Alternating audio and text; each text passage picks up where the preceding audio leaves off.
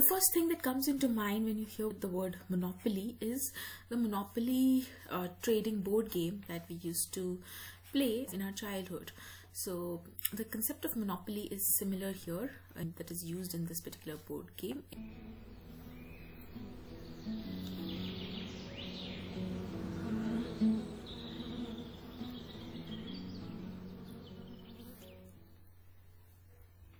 Friends, welcome to iExamB. Please subscribe to the channel and press the bell icon if you haven't yet done, so that you do not miss any video on this series of concepts पढ़ाएंगे सबको सिखाएंगे.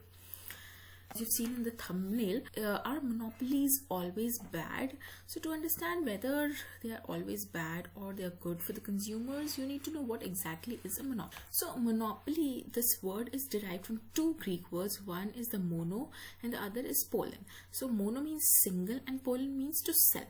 So that's why this word monopoly means a single seller market here. And it's a market which has absolutely no close substitutes for the product it is selling. So it's an extreme form of the imperfect competition market structure with a single seller, and the seller maximizes profit by dictating the price. That is, it has full control over the price, but here full control does not mean that he can sell any amount of the quantity that he wishes to at the existing price. The quantity demanded depends upon the buyers of the product. And he has imperfect knowledge of the market conditions that is there, and there are barriers to entry in this kind of market structure because there's only one firm that dominates the market and he has the market power.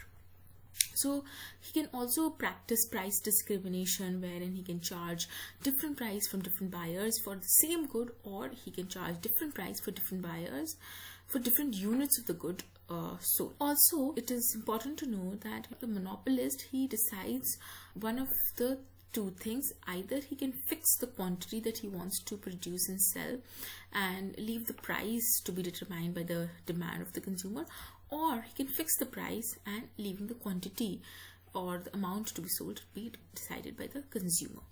So basically, the monopolist cannot decide independently both the price and the output that he sells. And there is no unique relationship between the price and the quantity supplied for a monopolist, because the same quantity of a good may be offered at different prices depending upon the price elasticity of demand for the product. And similarly, various quantities of a particular good can be supplied at only one price of the commodity. Now, how does this monopoly form of market structure arise? One of the reasons why this monopoly arises is because of government licensing or government control, due to which there is a formation of monopoly. Other reason could be due to patent rights, so that other firms cannot enter the market because of patent rights, and thus the first firm which has entered the market has a monopoly in the product. Like the pharmaceuticals example you can take. And then cartels. So cartels are a group of individuals who come together and then form a group and then make pricing and output decisions. So it is, the outcome of a cartel is similar to that of a monopoly. Then another way a monopoly can arise is because of natural occurrence. For example, if there is only one spring of water in an island, so it would obviously become a natural monopoly because there is no other spring of water in that particular island. Then other examples of monopoly could be IRCTC, Google, Microsoft, etc. So marginal revenue and price elasticity of demand. The demand curve for a monopolist is a downward sloping graph.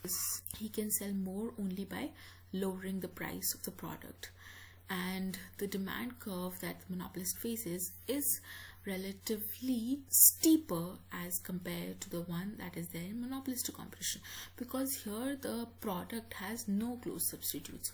So because there is no close substitute, the demand curve is relatively steeper. As the revenue becomes negative, then the demand curve is inelastic. The market demand curve is the downward sloping demand curve, and it is less elastic because there are no close substitutes in the market.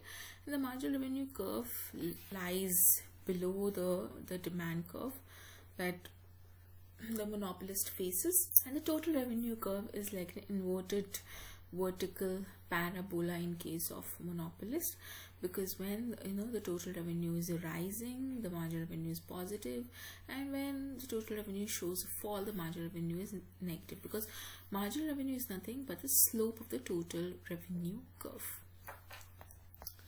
Now, equilibrium conditions that are there in case of a monopoly market structure in the short run is that first condition requires that the monopolist must be maximizing its profit. In order to maximize the profit, the monopolist must equate its marginal revenue with the marginal cost. And also another condition is that the slope of the marginal cost should be greater than the slope of marginal revenue curve. This means that your MC should be rising at the point where marginal revenue and the marginal cost curves intersect, because then only your profits would be maximized, otherwise there may be losses.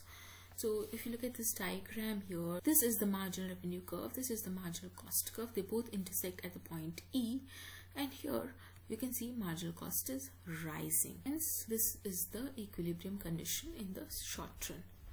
Then equilibrium condition in the long run would be where marginal revenue is equal to long run marginal cost curve, and the slope of the long run marginal cost is greater than the slope of the marginal revenue curve.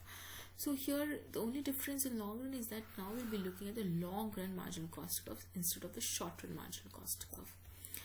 But in the long run, it is not certain that the monopolist would be reaching its optimal scale. It may leave the market if he makes losses in the long run as well. So because in the long run the monopolist has time to expand the plant and may also use the existing plant at any level, which will maximize his profits. So the size of the plant and the degree of utilization of plant size depends upon the market demand. So the monopolist may reach the optimal scale, he may remain at the suboptimal scale, or he may decide to surpass the optimal scale depending upon the market conditions that he faces. So this is the diagram for the long run marginal cost curve. The profits will be maximized where the marginal revenue is equal to the marginal cost, and marginal cost should be rising beyond this. Now the question is that are monopolies always bad? Why are monopolies considered bad at the first place? So monopolies are considered bad because they exploit the consumers in the sense that they charge higher price as compared to. So monopolies are bad because they charge higher price from the consumers as compared to the case of perfect competition. So that's why they're considered bad. But are they always bad? And if so, why? So we already know that they have the potential to exploit consumers, which ultimately harms the society because they charge a higher price and produce a lower output as compared to what is there in perfect competition. And hence there are deadweight losses in a monopoly outcome. But monopolies become bad when they become static.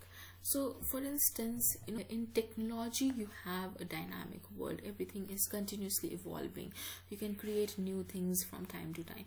For example, the Apple smartphone, and then you had copyright, patent right, intellectual property laws to encourage these good monopolies so that they keep innovating and bringing in new things to stay in the market. So when you have a dynamic world where you can create new things constantly, then in that sense monopolies are good because they will innovate new things, bring new things to the market, to the economy, and they can be protected through copyrights, patent rights and intellectual property laws. And for bad monopolies you have antitrust laws. So monopolies are not always bad because they also produce a good at a very low cost as compared to any other market structure. Hence these are considered to be good also. For example, railways. IRCTC has a monopoly in providing ticketing services, cancellation services and so on for railways.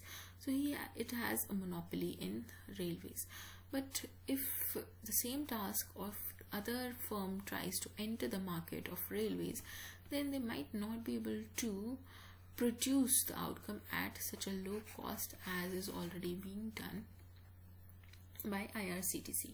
Hence, these are not always bad because they can produce an outcome at a very low cost. So I hope now the concept of monopoly is clear to you. Prepare 50% faster with iExamB. Subscribe to the channel and press the bell icon.